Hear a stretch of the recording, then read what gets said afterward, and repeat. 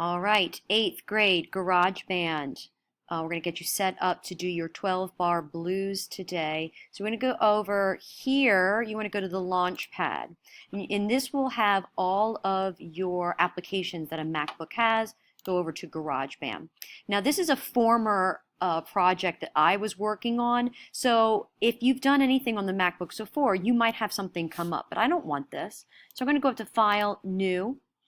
All right, I'm not going to save that. Don't even know what it is. And most of you, when you open up your GarageBand, you're going to get this screen right here. You want to go to Empty Project and choose.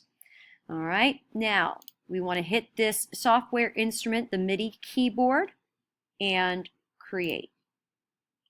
Now we have this keyboard, and you'll notice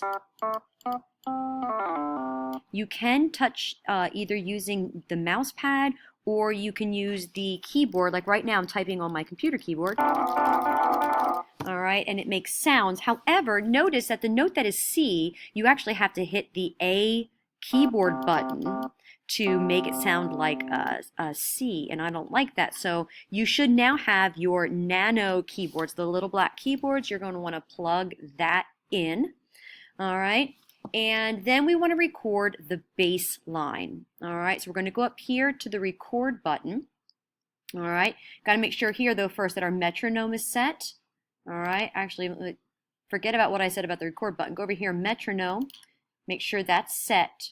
Change your tempo here where it says 120. Let's go to about 80. So now when I go to record, it's going to click. Listen. All right, and now you'll notice that the red bar is coming across. And I'm playing on my keyboard, but that metronome is still clicking. All right, so that's how you do some basic recording, but I don't like that. I don't like this here, so I'm going to make sure it's highlighted white and just delete it. All right, I'm going to take my cursor back to the beginning.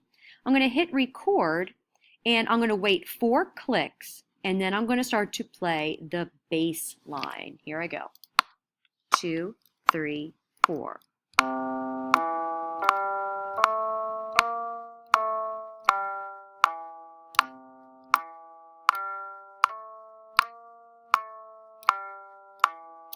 Now that wasn't all of it, but for the sake of time, you can see that I just did the first, I think, line of your paper, and I had 1 click on the keyboard for every click from up here on the metronome. So now when I go back and play,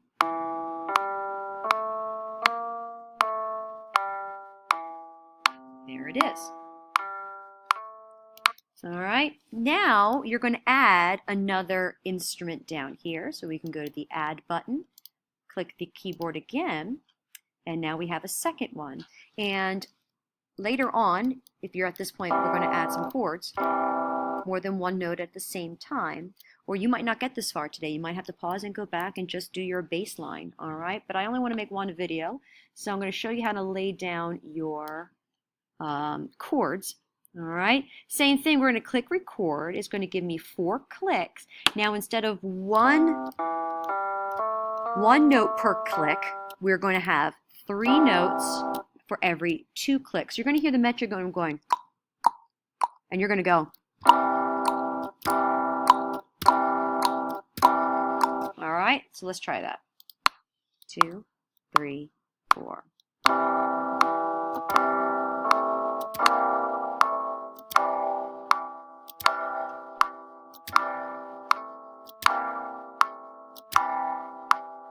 All right, and now if I go back and play it all,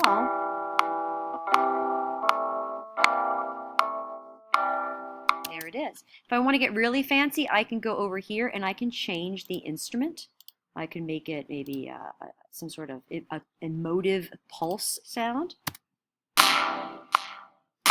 you can start to play around with the instruments. Eventually, we're going to take the metronome off and we're going to go up here to loops, and we're going to add, well, let me get rid of my keyboard here. We're going to add some loops. All right, you can go to beats, scroll down here. All right, you can make that a little bit longer. Go back.